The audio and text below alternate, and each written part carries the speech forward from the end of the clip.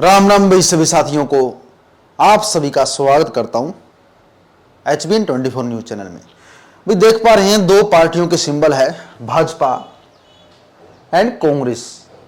हरियाणा के अंदर मुख्य तौर पर दोनों ही पार्टियां चुनाव लड़ने जा रही हैं। अन्य पार्टियां हैं हरियाणा के अंदर जेजेपी INL, बल्कि कोई जनाधार नहीं है। कोई 4 या 5 सीटें ये सभी पार्टियां अन्य दल निकाल भी ले तो निकाल भी ले, लेकिन मुख्य तौर पर टक्कर होने वाली लगभग मेरा मानना है कि अन्य दल जेजेपी INL जीजेपी इनके खाते में 10 ही सीटें जाएंगी, 80 सीटों पर इनकी टक्कर होने वाली है। ऐसे में जात पात की राजनीति भाजपा ने अभी से शुरू कर दी है। इस बात में कोई संदेह नहीं है कि भाजपा हमेशा से हिंदू मुस्लिम की राजनीति और अब भाजपा हरियाणा के अंदर जात पात की राजनीति कर रही है। लोकसभा में भी आपने देखा होगा किसी भी जाट कैंडिडेट को टिकट नहीं दिया गया। 10 लोकसभा क्षेत्र है, उनमें से 1 या 2 सीट पर ही जाट उम्मीदवार उतारे गए हैं और शायद वो भी ना उतारे गए हो। यानी 1 सीट हिसार की है जहां पर रणजीत चौटाला को उम्मीदवार बनाया गया है, 1 सीट और होगी जहां पर जाट उम्मीदवार उतारा गया है। और हरियाणा के अंदर विधानसभा में भाजपा ऐसा करने वाली है। 90 में से 10 सीटें ही ऐसी होने वाली है जहां पर जाट उम्मीदवार उतारा जाएगा।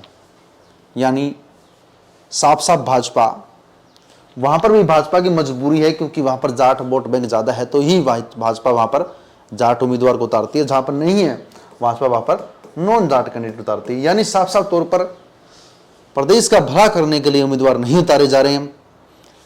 जिस प्रकार से कांग्रेस पार्टी ने सर्वे किया कि भाई सर्वे के आधार पर हम टिकट आवंटित करेंगे, ना कि जात पात के आधार पर, किस जात के कितने वोट है किस एरिया में किस विधानसभा में, इसको बिल्कुल कैंसिल कर दिया है कांग्रेस पार्टी ने। कि कांग्रेस पार्टी ने कह दिया है कि ऐसा बिल्कुल भी नहीं होगा, हमारा सर्वे होगा और सर्वे के आधार पर हम टिकट वितरण करेंगे। ये साफ साफ पूर्व मुख्यमंत्री हुड्डा जी और कांग्रेस हाईकमान कह चुका है। अब लेकिन बीजेपी चुप बैठी है।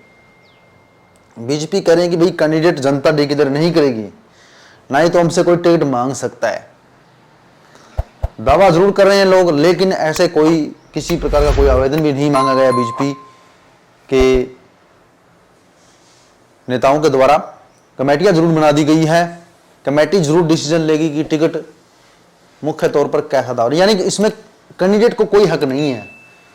बीजेपी में कैंडिडेट को कोई हक नहीं है कि वो अपील लगाए, कोई एप्लीकेशन डाले, पार्टी के नेतृत्व से टिकट मांगे, क्योंकि टिकट ये खुद देंगे। खुद देंगे मतलब जिस भी कास्ट के ज्यादा वोट होंगे वहीं पर उसी को टिकट दे देंगे। ऐसा हुआ है, बीजेपी ने ऐसा किया भी है। आप देख सकते हैं काफी हल्के हैं। अगर मैं यहां पर हल्के गिनवाने लगूं तो बहुत सारा समय लग जाएगा।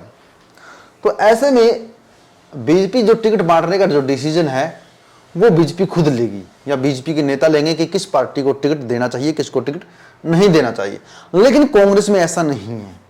आपने देखा होगा कांग्रेस ने पब्लिक भी कर दी है, जिन जिन कैंडिडेट ने टिकट के लिए अप्लाई किया था उनको पब्लिक भी कर दिया गया, उससे बाहर किसी को टिकट नहीं दी जाएगी। और दूसरा, सर्वे हो रहा है, जनता से पूछा जा रहा है, कार्यकर्ताओं से पूछा जा रहा है, ना कि ये देखा जा रहा हो कि कौन सी विधानसभा पर किस जात के वोट है। यानी जात पात की राजनीति पहले होती होगी तो मेरे को नहीं पता, लेकिन अभी फिलहाल कांग्रेस नहीं कर रही है। लेकिन फिर भी भाजपा एक तरह से कांग्रेस को कमजोर करने की कोशिश कर रही है।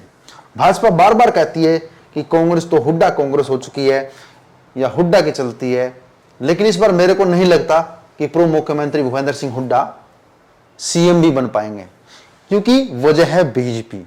बीजेपी ने बार बार कहा है कि कांग्रेस पार्टी में तो नॉन जाट नेताओं को पूछा ही नहीं जाता है, OBC के नेताओं को पूछा नहीं जाता, SC के नेताओं को पूछा नहीं जाता, चलती तो हुड्डा की चलती है। लेकिन आप देख सकते हैं कि कुमारी शैलजा किस प्रकार से कुमारी शैलजा की चल रही है। कुमारी शैलजा का जो हौसला इतना है कि हाईकमान के अंदर भी वो मन खोलकर दिल खोलकर उदयवान के खिलाफ बोल पाई, या कह सकती है कि जो नेता कुमारी शैलजा को गलत लगे वो बोल पा रही है। और यह आखिर दिया किसने? कांग्रेस पार्टी ने, कि बैकवर्ड का नेता भी आज बिना किसी डर के बोल पा रहा है। यानी बीजेपी कहती है कि कांग्रेस तो हुड्डा कांग्रेस हो चुकी है, या कांग्रेस तो जाट नेताओं की पार्टी बन चुकी है। लेकिन कुमारी शैलजा जिस प्रकार से मैदान में उतर रही है, जिस प्रकार से कुमारी शैलजा का कद हुड्डा के बराबर पार्टी में हो चुका है, उस चीज को देखकर नहीं लगता है कि कांग्रेस पार्टी यहां पर किसी के साथ विश्वासघात कर रही हो। टिकट आवंटन भी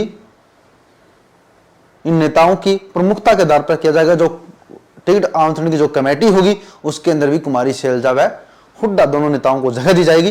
दोनों ही नेता शीर्ष नेतृत्व कमेटी के साथ मिलकर टिकट आवंटन करेंगे। अभी मेरा सवाल यही है कि आखिर ये जात पात की राजनीति कब तक चलती रहेगी? और जात पात की राजनीति शुरू करने वाली चाहे बीजेपी हो चाहे कांग्रेस हो, मैं ये नहीं कहता कि कांग्रेस ने जात पात की राजनीति नहीं की है, कांग्रेस ने भी की है, लेकिन जनता आखिर जात पात की राजनीति क्यों करती है? आज आपने देखा होगा कि कांग्रेस के हर सीट पर 5 से लेकर 20 उम्मीदवार हैं। कई कई सीटों पर ये उम्मीदवार 50 से 60 तक भी चले गए हैं। यानी ये कार्यकर्ता है जो टिकट की डिमांड कर रहे हैं। और ऐसे में पार्टी को सपोर्ट ना कर कुछ लोग कह रहे हैं कि भैया ये तो हमारी जात का है, हम इसको सपोर्ट करेंगे, ये बिश्नोई है, ये जाट है, ये ब्राह्मण है, ये शर्मा है, ये कुम्हार है, ये खाती है, हम उसको सपोर्ट करेंगे। वो लोग अपनी जात देखते हैं, लेकिन ये नहीं देखता कि कौन सा कैंडिडेट आपके लिए, आपके हलके के लिए सबको एक साथ लेकर चल रहा है, सबको एक साथ लेकर कौन सा कैंडिडेट देगा। लोग जात पात देख रहे हैं, लोग सपोर्ट अपनी जाति का नेता देखकर कर रहे हैं। काफी बार तो ये भी सपोर्ट कर रहे हैं कि हम तो बीजेपी को सपोर्ट करेंगे क्योंकि बीजेपी के अंदर हमारा नेता है, बीजेपी के अंदर जाट नेता नहीं है, शीर्ष नेतृत्व में जाट नेता नहीं। यानी बीजेपी ने जैसा शुरू किया वैसा ही कुछ लोग लेकर चल रहे हैं। कुछ लोग करें कि भाई कांग्रेस जाटों की पार्टी है और इसी कारण कांग्रेस पार्टी के अंदर कोई आधार नहीं रहेगा, कांग्रेस पार्टी के अंदर दबाया जाएगा उनको, इसलिए लोगों के अंदर एक जात पात का जहर घोला गया है और ये घोला भी जा रहा है। आज आप किसी से पूछ लीजिए भैया आप किसकी चाहते हैं कांग्रेस में टिकट? मैं ऐसा नहीं कह रहा कि कांग्रेस बीजेपी, आप कांग्रेस में टिकट किसको चाहते हैं? आप किसी से पूछ लीजिए, अगर उसकी कास्ट का नेता हुआ ना तो वो उसी का नाम लेगा कि भाई मेरे को तो शर्मा जी की टिकट चाहिए क्योंकि भाई ये हमारे कास्ट का है, हमारे धर्म का है। लेकिन ये कोई नहीं कहता कि भाई इस नेता ने मेहनत की है, अच्छा काम किया है, ये हर सुख दुख में हमारा साथी है, हमारा साथ दे रहा है, हम तो इसकी टिकट चाहते हैं। इसी चीज को खत्म करने की जरूरत है। मैं तो कहता हूं कि जात पात की राजनीति खत्म होनी चाहिए और आप इसको खत्म करने की कोशिश करें। जनता ही खत्म कर सकती है। और जो टिकट का आवंटन है वो आपके आधार पर नहीं होगा, वो जात पात के आधार पर नहीं होगा और नहीं ऐसा होना चाहिए। टिकट का आवंटन जो जनता की भलाई के लिए कार्य कर सकते हैं, जो मजबूत नेता हो उसको ही टिकट मिलनी चाहिए, चाहे वो बीजेपी की हो चाहे कांग्रेस की हो। ये जात पात की राजनीति खत्म होनी चाहिए। आप लोग अपने विचार कमेंट करें। बने रहिएगा HBN 24 न्यूज के साथ, लाइक एंड शेयर कीजिएगा। जय हिंद साथियों।